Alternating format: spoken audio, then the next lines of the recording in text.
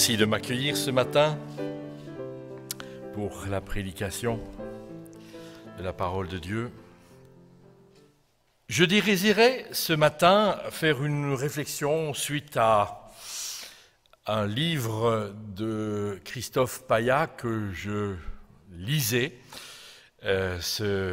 pendant ce mois de juillet. Une réflexion sur la notion « je suis ». Je suis, j'existe, c'est en quelque sorte ce que je voudrais aujourd'hui partager avec vous et pouvoir dire. Mais quand je dis « je suis », qu'ai-je dit ? Qui suis-je ? En 2015, il y a eu un sondage qui a été fait par l'INSEE sur la population française. Il s'avère que 50% de cette population semble avoir raté le but de sa vie et ne pas savoir exactement qui ils sont. C'est quand même énorme de se retrouver dans cette situation et de se poser des questions. Qui suis-je ? Alors, Emmanuel, tout à l'heure, nous a dit, en fait, vous me connaissez peut-être, vous savez comment je m'appelle, Thomas, Jean-Marie, c'est mon prénom. Mon épouse aurait voulu être là ce matin avec moi, mais elle en a été empêchée. Elle n'était pas bien ce matin. Je pourrais vous dire aussi qui suis-je. J'ai quel âge à votre avis ? Alors n'oubliez pas, 14 août, 70 ans, ça sera mon âge. Je suis assez banal. Je suis le mari d'une seule femme. Ma profession, Emmanuel a dit tout à l'heure que j'étais pasteur. Ben non, je ne suis plus pasteur. Moi, je suis à la retraite et je n'ai plus la responsabilité d'un troupeau comme votre pasteur. Donc, je ne pense pas que je puis encore dire que je suis pasteur, j'ai été pasteur, je suis à la retraite, que je suis en retraité. Qui suis-je ? Un jour, votre pasteur, dans une réunion de l'Institut biblique, m'a dit « Mais Jean-Marie, quand est-ce que tu seras à la retraite ?» Alors je lui ai dit « Au mois d'août ». C'était en 2012. Et il m'a dit « Mais de toute façon, tu seras un retraité non pratiquant ». Alors cela m'a fait rire sur le moment, et puis après, quand j'ai été vraiment retraité, j'ai compris ce que voulait dire M. Hubinon lorsqu'il me disait que je serais un retraité non pratiquant. C'est vrai que c'est très difficile de pouvoir trouver une date dans mon agenda, c'est très compliqué. Là, tout ce que je vous ai dit, est-ce que vous en savez un petit peu plus sur ce que je suis ? Eh bien, pas forcément. Eh bien, moi non plus, ce n'est pas cela, ce n'est pas mon âge, ce n'est pas mon sexe, ce n'est pas ma profession, ce n'est pas mon affiliation qui fait que je puis dire qu'en fin de compte, je suis et je sais qui je suis. Il y a un adage, une parole populaire qui a été dite dans le temps et qui disait « Dis-moi ce que tu lis et je dirai qui tu es. »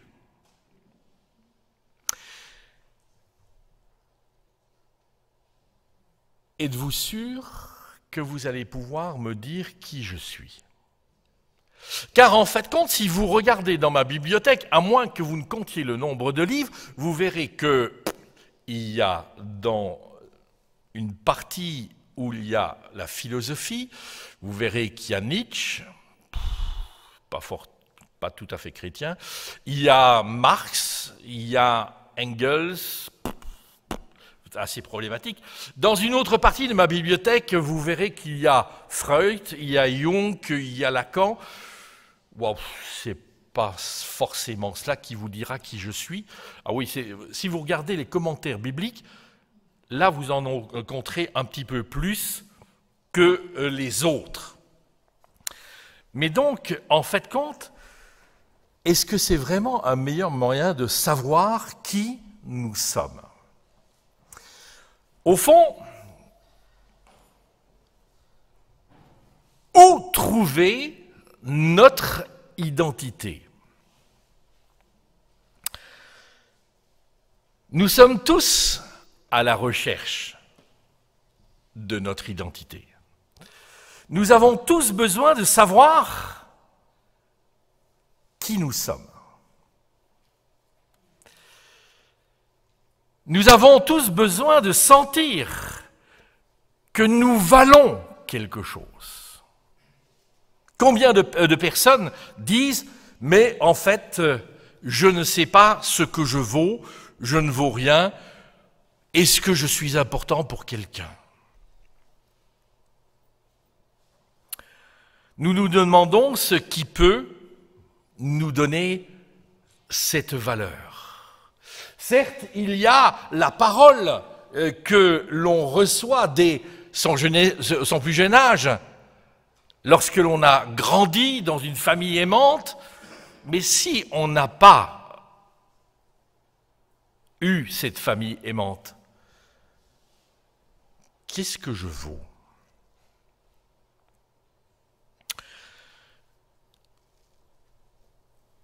Qui suis-je ? L'identité, parce que je suis et ce que je fais, il est vrai que dans un passé ancien, peut-être pas trop éloigné, mais permettez quand même que mes cheveux blancs parlent, l'identité, en fait, était donnée par la société. La société dans laquelle j'étais, par la tradition, par la famille. Est-ce que sur les enseignes d'entreprises, de magasins, vous aviez Sanzo et fils? On savait que le fils Sanzo, il serait boucher comme son père. Aujourd'hui, ce n'est pas forcément vrai. On était aussi quelqu'un par celui qu'on avait épousé.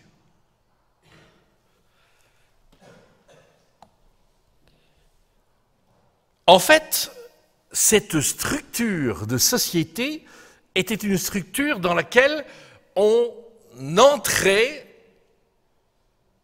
qui déterminait un petit peu ce que nous allions devenir. Si mon épouse était là, je la ferais râler un petit peu plus en disant que plus protestant qu'elle, tu meurs, puisque en fait, la famille de ma femme, en tout cas la partie suisse de la famille de ma femme, est une famille protestante depuis la Réforme, depuis le XVIe siècle, dans laquelle il y a toujours eu, le fils aîné était obligatoirement pasteur et le deuxième fils était obligatoirement docteur. Et ça depuis X générations. Ce qui ne veut pas dire que c'était vraiment des chrétiens. Une structure qui peut être emprisonnante. Certes, mais qui avait son côté intéressant, car en fait, ça apportait une certaine stabilité. Et qui dit stabilité dit aussi sûreté. On savait que l'on appartenait, que l'on allait devenir quelque chose, quelqu'un, on connaissait son identité. Aujourd'hui, ce n'est plus tout à fait la même histoire. L'identité ne se trouve plus dans les structures sociales. C'est pas parce que je suis le fils de... Non, mes fils, ils sont jamais devenus pasteurs. Hein. C'est pas parce que je suis dans telle famille que forcément je vais suivre la famille. C'est pas parce que j'ai cette tradition-là que je vais la poursuivre. Donc ce n'est pas les structures sociales qui parlent, mais c'est, le mot est lâché, c'est l'individu. Moi. C'est à moi à me réaliser. C'est à moi à devenir. C'est moi qui suis là et qui suis en jeu.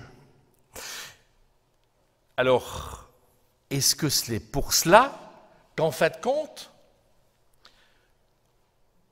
on est dans une société dans laquelle on cultive les selfies? J'étais une semaine en Suisse dans la famille de mon épouse il n'y a pas tellement longtemps. Tout le monde était avec le bras tendu et quand on n'a pas suffisamment le bras long, on prend une baguette pour se photographier. C'est la mode aujourd'hui. Moi qui ai, dans mon ancienne vie, parce que j'ai eu 2 vies, dans mon ancienne vie j'étais photographe, on me disait on ne prend jamais une photo avec un grand angle, une photo de personne. Aujourd'hui, tout le monde, on utilise le grand angle pour se photographier. Et ce qui est assez remarquable, c'est que comme la photo n'est pas suffisamment bonne, eh ben on s'enlaidit encore, car on tire la langue, on grimace. Ça, c'est la société dans laquelle nous sommes aujourd'hui. Qui suis-je? N'y a-t-il pas un mal-être et un malaise? Comment découvrir ce que je suis? Chacun est appelé à se définir et à choisir son identité.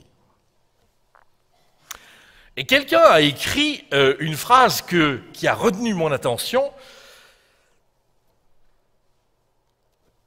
C'est comme essayer de se soulever du sol en s'attrapant par les bretelles. Impossible. Ce n'est pas de l'ordre de nos capacités. Alors ce que je voudrais ce matin, c'est peut-être choisir une voie plus sûre que celle-là. Et en lisant et en me laissant interpeller par une parole d'un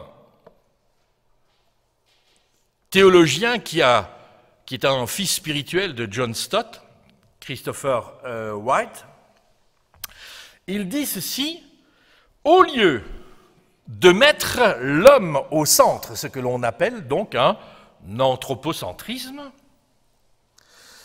Christopher White nous propose de mettre Dieu au centre, ce qui est un théocentrisme.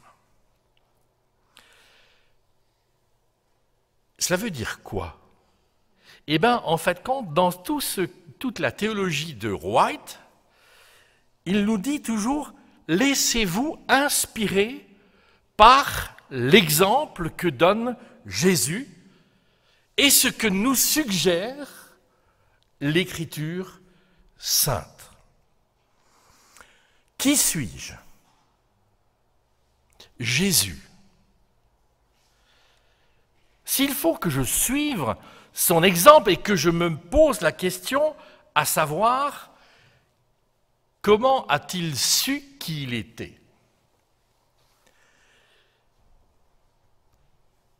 Son identité, qui l'a déterminée? Eh bien, je voudrais ce matin ouvrir avec vous un texte de l'évangile de Marc. Tout d'abord, dans Marc 1, verset 1, qu'est-ce que l'Écriture me dit? Commencement de l'évangile de Jésus-Christ, Fils de Dieu. Voilà le préambule de l'évangile de Marc. Une phrase toute simple, une phrase qui commence l'évangile de Jean, mais une phrase qui me percute. Commencement de la bonne nouvelle de Jésus-Christ, Jésus le Messie, il est le Fils de Dieu. Quelle est son identité? Eh bien, elle est déterminée, il est le Messie, il est le Fils de Dieu. Dans la suite de cet évangile, voici ce qui nous est dit au verset 9. Chapitre 1, donc toujours de l'évangile de Marc. Or, en ces jours-là, Jésus vint de Nazareth en Galilée et se fit baptiser par Jean dans le Jourdain. La première des choses que nous devons savoir, le baptême de Jean est un baptême de repentance, en vue de se préparer pour le salut. Il est en quelque sorte différent du baptême chrétien par lequel nous passons lorsque nous croyons en Jésus-Christ. Un baptême de repentance, Jésus devait se repentir de quoi? Lui qui est sans péché. Il n'avait pas de péché à confesser, donc il n'avait pas besoin de prendre ce baptême. Simplement, en fait de compte, et ce qui m'intéresse là-dedans, c'est que Jésus passe par là où nous devons passer. Il s'identifie à nous et il nous rejoint dans notre humanité et c'est pour cela qu'il entre dans les eaux du baptême et qu'il va demander le baptême à Jean-Baptiste qui lui-même, connaissant Jésus, va dire « mais ce n'est pas à moi à te baptiser, c'est le contraire qui devrait se passer ». À l'instant où Jésus remontait de l'eau, il vit les cieux se déchirer. Et l'Esprit, comme une colombe, descende sur lui. Alors, il y a deux choses sur lesquelles j'aimerais attirer votre attention. La première des choses, c'est que nous sommes dans un cadre un peu qui nous rappelle la Genèse, lorsque, en fait compte, il nous est dit dans Genèse 1, au commencement, Dieu créa les cieux et la terre, l'Esprit de Dieu planait au-dessus des eaux. Nous sommes dans cette perspective-là où, en fait compte, on nous dit aussi cette présence de l'Esprit comme au départ de la création. Ne serait-ce pas pour nous en signaler aussi qu'en fait compte, il y a un renouveau qui se passe. Mais ce que je voudrais attirer comme votre attention, c'est que dans l'évangile de Marc, Marc ne va utiliser qu'à deux reprises, le mot « déchirer ». Une fois au baptême de Jésus et la deuxième fois, devinez.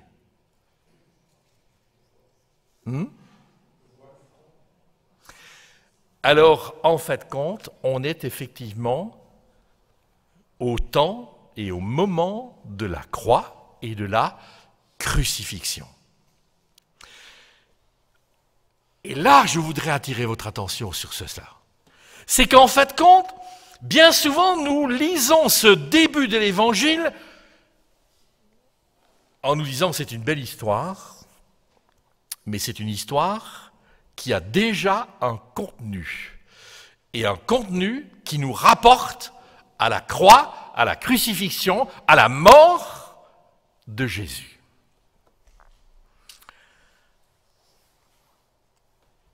Et les cieux, et des cieux vint une voix. Tu es mon fils bien-aimé, il m'a plu de te choisir. Moi, j'ai choisi de vous le lire dans une traduction qui n'est pas la traduction habituelle, c'est la Nouvelle Bible second. Tu es mon fils bien-aimé, il m'a plu de te choisir. Il est bon de temps en temps de lire l'Écriture dans un langage que l'on ne connaît pas, qui nous aide un petit peu, qui n'est pas familier, afin de nous poser des questions sur « mais qu'est-ce que l'Écriture me dit ?» L'identité de Jésus, elle lui vint de qui? En fait compte, c'est le Père. C'est le Père qui parle et qui dit « Tu es mon fils bien-aimé, il m'a plu de te choisir ». C'est ce que l'on appellera une théophanie. Moi, j'ai un médecin qui s'appelle Théophane. Il n'y a pas de Théophane dans la salle, non?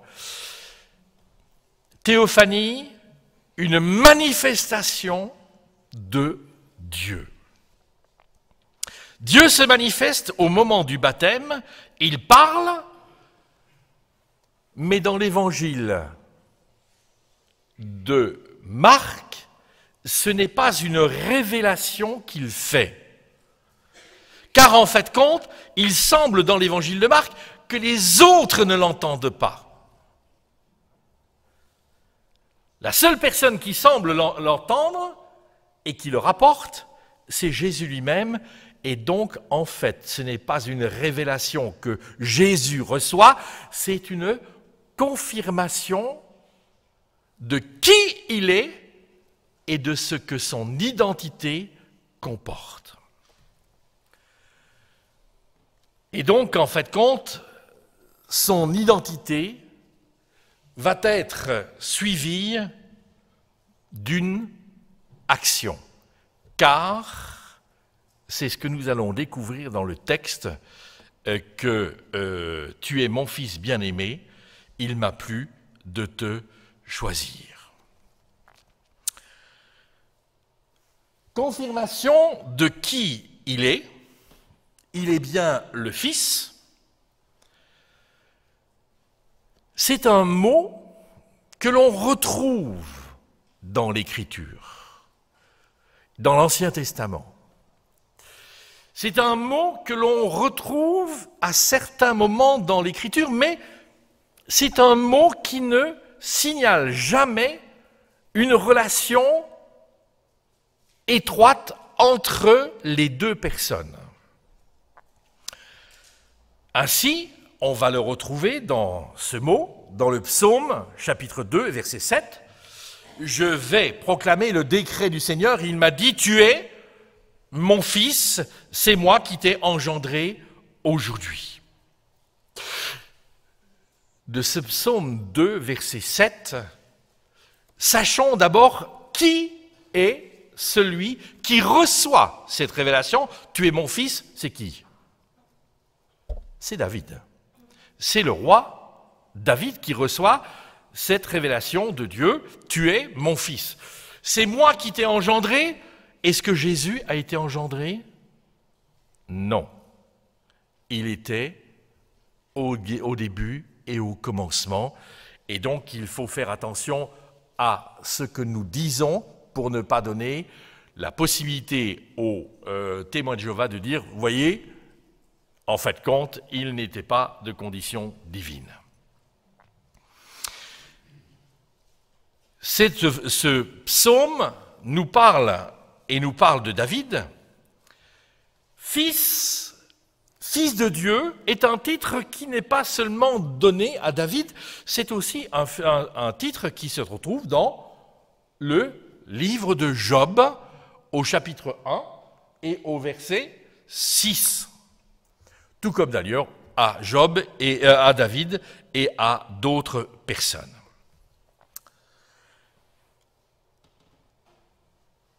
Ce qui est plutôt intéressant, c'est mon fils bien-aimé. Dans la société dans laquelle nous sommes toujours maintenant appelés à vivre des émotions, à vivre des sentiments. Ce qui fait que quelque part, un fils bien-aimé, eh ben, ça pourrait être on pourrait comprendre cela comme étant un mot d'affection que Dieu dit à son fils Jésus. D'ailleurs, il utilise un mot, agapetos. Agape, agapé, c'est l'amour, c'est pour ça que l'on le traduit comme cela. Mais je voudrais que vous signalez qu'en fait compte, ce mot-là va nous ramener à l'Ancien Testament. En quoi? Dans la Genèse, et au chapitre 2 et au verset 2, si je traduis le texte hébreu, il nous est dit ceci. Dieu dit, il dit à qui? À Abraham. Prends ton fils, je te prie, ton fils unique, celui que tu aimes, Isaac.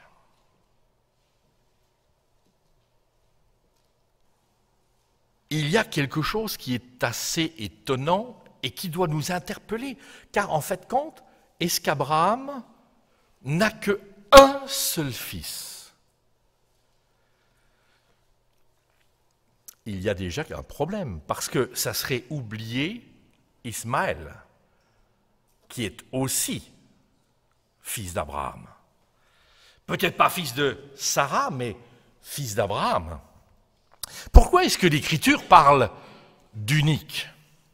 Tout simplement parce que, en fait compte, elle utilise un mot en hébreu, yahid, qui vient d'une racine hébraïque, yahad, un verbe.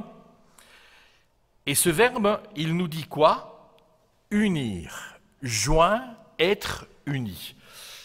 La notion du fils unique, c'est le fils avec lequel tu as une relation approfondie avec lequel tu es un.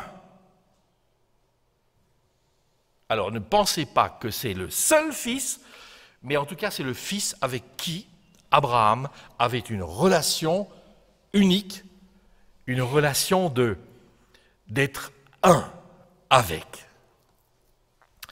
Et lorsque, en fait compte, nous regardons l'utilisation de ce mot yahid en hébreu, dans l'Ancien Testament, on s'aperçoit d'une chose, c'est que c'est toujours dans le cadre d'un contexte de mort. Et notamment d'un fils ou d'une fille qui va disparaître. Fils bien-aimé, on est loin du sentiment affectif dans lequel nous étions tout à l'heure. Nous sommes dans une dimension tout à fait autre, celui avec qui tu as une relation tellement d'unité, eh bien, en fait compte, il faut savoir aussi qu'il va y avoir un déchirement.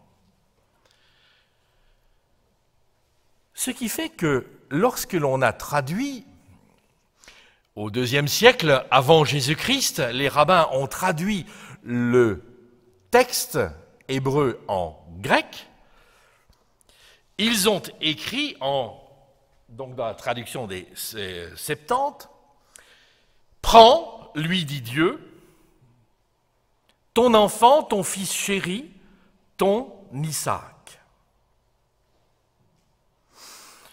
Deux choses à souligner. C'est que dans le texte hébreu, il y a quelque chose qui, moi, me plaît, c'est quand Dieu dit « je te prie » à Abraham, qui ne se retrouve pas dans la traduction de la Septante. Par contre, ce qui va se trouver dans la traduction de la Septante, c'est que la notion de seul, d'unique, va devenir, et on va utiliser ton fils chéri, et on va utiliser le mot agapetos que l'on va retrouver dans l'évangile de Marc. Et voilà, la boucle, elle est bouclée en ce qui concerne le Fils bien-aimé, dans ce que Jésus reçoit comme confirmation lors du baptême, c'est que bien sûr, il y a cette relation unique, extraordinaire entre le Père et le Fils, mais qu'il y a aussi et encore une connotation de mort. Mon fils bien-aimé, une confirmation d'une relation qui unit le Père et le Fils, mais en fait compte, dans cette relation-là, il se dresse déjà une chose, c'est la croix, et la croix est déjà dressée lors du baptême de Jésus. Continuons notre recherche. Il m'a plu de te choisir, dit l'Écriture. Il m'a plu de te choisir. Il y a une notion de élection. Une notion d'élection qui me rapporte et qui me ramène, à Ésaïe 42, verset 1, lorsqu'il nous est dit « Voici mon serviteur auquel je tiens fermement, mon élu, en qui mon âme se complaît », et on a les mêmes mots, plus et complaire, « j'ai mis mon esprit sur lui ». Ésaïe nous amène déjà à voir au plan de la prophétie que cette prophétie doit s'accomplir. Le serviteur, mais les passages du serviteur, c'est toujours aussi les passages du serviteur souffrant. Et donc là, également, il y a une mission à accomplir dans cette confirmation. Et qui dit mission va dire aussi une chose, c'est qu'il faudra une obéissance. Élection et obéissance vont être quelque chose qui sont là, qui sont contenus dans ce que Jésus reçoit. Car en fait compte, c'est l'obéissance qui plaît au Seigneur. Ce ne sont pas le sang des taureaux, mais c'est l'obéissance qui lui plaît. Voilà ce qui plaît au Seigneur. Telle est l'identité de Jésus, c'est le Père qui la lui confirme en présence de l'Esprit Saint. Et qu'en est-il en fait de mon identité à moi ?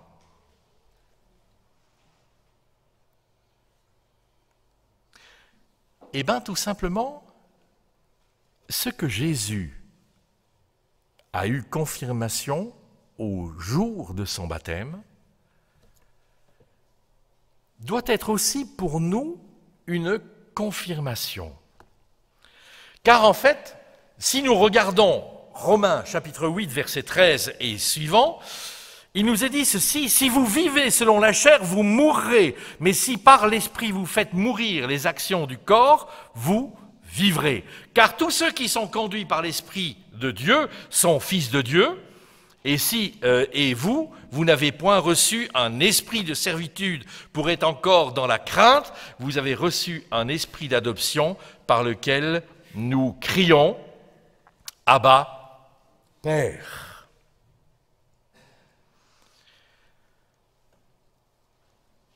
Verset 16. L'Esprit lui-même rend témoignage à notre esprit que nous sommes enfants de Dieu.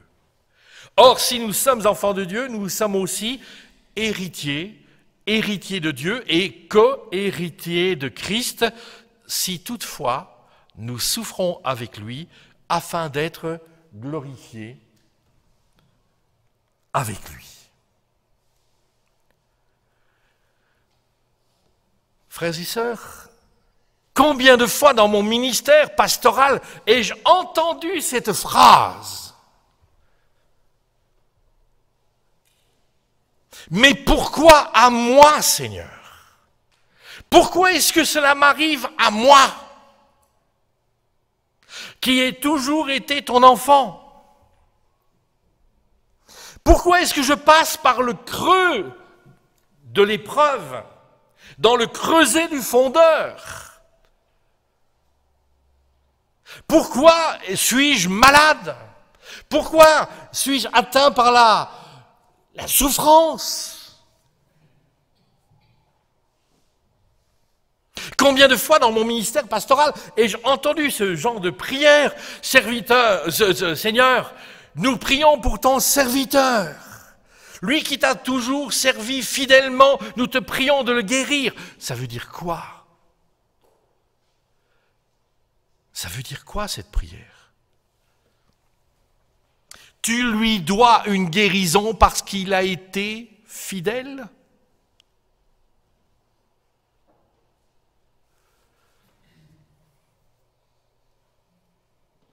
Combien de fois dans notre façon d'envisager les choses, nous croyons et nous avons cette notion de « je suis chrétien, maintenant je suis venu à Christ, je veux vivre une vie de plénitude, une vie qui va être une vie de bonheur, de repos, de rente viagère, et les sous vont me tomber dans mon escarcelle sans problème, sans difficulté, je vais passer au travers de tout ». Non, mes amis, ce que Jésus a vécu, il ne faisait qu'une chose, c'est à nous rejoindre dans notre humanité et à ouvrir nos yeux sur ce que nous allions vivre.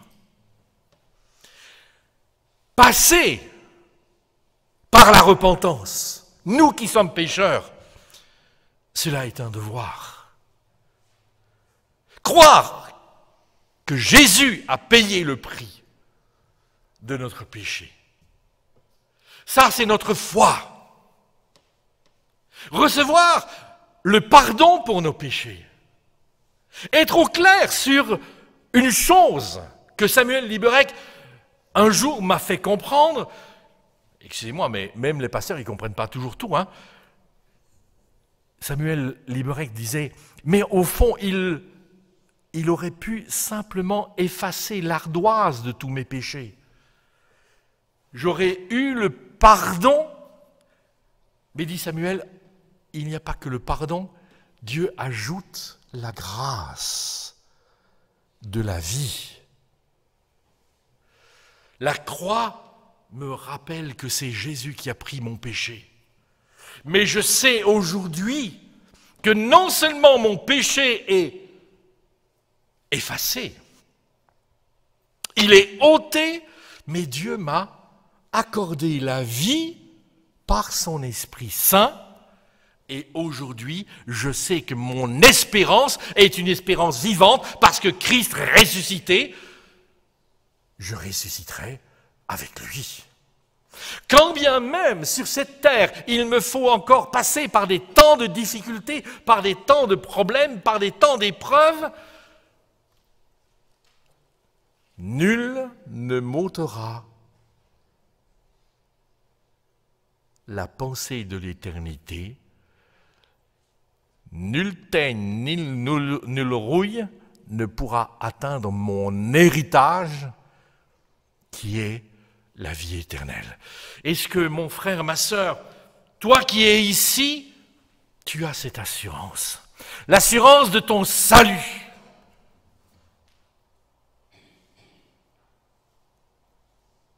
Est-ce que tu as cette ferme assurance en toi?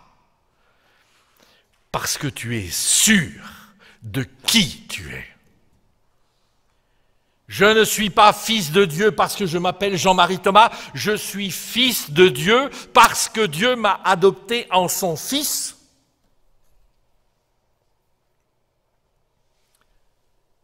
Mon Père, c'est mon Père céleste, qui de tout temps avait déjà la pensée, pour moi, une pensée d'éternité, de salut. Pour toi aussi, mon frère, ma sœur. Qui m'arrachera? Qui me séparera de l'amour de Dieu qui est en Jésus-Christ? Rien! Rien ne pourra m'arracher à cela. Mon fils bien-aimé, souvenez-vous de cette communion profonde du Père et du Fils.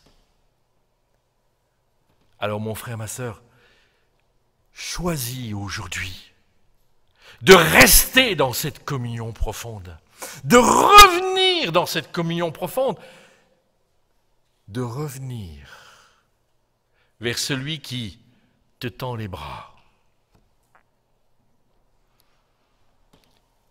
Et si tu n'as pas encore fait cette expérience, viens à Jésus. Et entre du même coup dans cette dimension. John Stott disait « Ce que je suis détermine ce que je pense. Ce que je pense détermine ce que je fais. Il faut d'abord savoir qui je suis. À partir de là, je nourris mes pensées de la parole de Dieu, de la vérité de la parole de Dieu. Et cela m'engage et m'amène à agir selon ce que Dieu désire. Telle est mon identité ainsi que la tienne. Nous sommes adoptés par le Père en son Fils Jésus. Je bénéficie du titre aussi d'être enfant de Dieu, d'être fils. Je bénéficie d'une relation étroite, unique, privilégiée avec lui. Et cela, c'est non pas parce que moi j'ai choisi, mais parce que lui m'a choisi. C'est le résultat de son élection. Ce qui me conduit à quoi? À l'obéissance et à la mission. Frères et sœurs, si nous avons cette conviction en nous, alors nous avons le fait que qui suis-je? Quelle est mon identité? Mon identité, elle se trouve dans l'acte de mon baptême, lorsque, à ma conversion, je reçois l'Esprit Saint qui me dit que je suis enfant du Père. Et donc ma vie, elle n'a plus qu'une chose à exprimer. Alléluia. Loué soit Dieu. Amen. Je vous invite à la prière.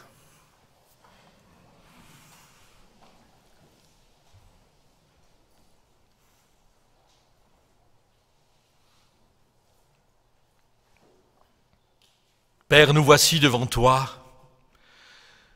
pour t'apporter notre louange et pour t'apporter notre adoration. Toi qui es ce Dieu d'amour, Toi qui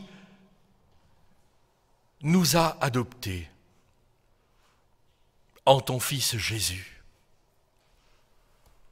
Toi qui nous donnes le statut qui est égal au sien, parce que c'est ça qui est extraordinaire, c'est que nous sommes héritiers et co-héritiers avec Christ. Père, nous voulons te prier ce matin encore, en te disant, Seigneur, pardon pour mes récriminations, pardon pour mes ruminations, pardon pour mes...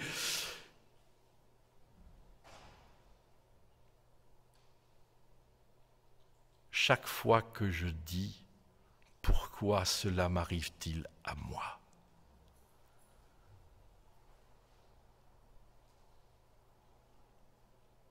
Pourquoi est-ce que je prends tellement compte de moi-même au lieu de prendre compte de toi ? Seigneur, nous voulons décentrer notre regard, non plus être de ceux qui sont à la recherche constamment de leur identité et de leur moi, mais nous voulons tout simplement déposer devant toi ce moi revanchard, vindicatif. Nous voulons tout simplement, Seigneur, te l'abandonner et accueillir encore tes paroles ce matin. Des paroles de vie qui nous donnent sécurité et assurance. Merci Seigneur de nous révéler par ton Esprit Saint toujours davantage ce que nous sommes et ce que nous représentons à tes yeux. Merci de nous révéler par ton Esprit Saint la mission qui est la nôtre en nos maisons, en nos familles, dans ton Église, dans le monde. Père, que nous puissions prendre en compte et suivre Jésus pas à pas et entendre ce que ta parole veut encore nous dire aujourd'hui. La consolation qui est aussi en elle, l'espérance d'éternité. C'est ce que nous te prions, Père, dans le nom béni de Jésus, notre Seigneur et Sauveur. À lui soit toute gloire. Amen.